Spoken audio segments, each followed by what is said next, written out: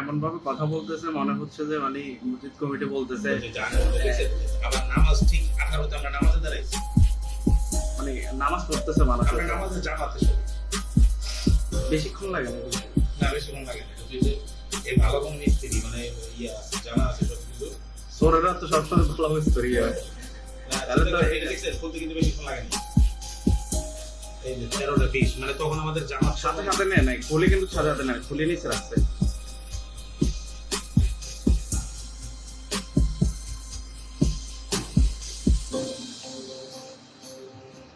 সবাই চলাফেরা করতেছে। করতেছে, মানে এই বিষয়ে সন্দেহ করবো কেন?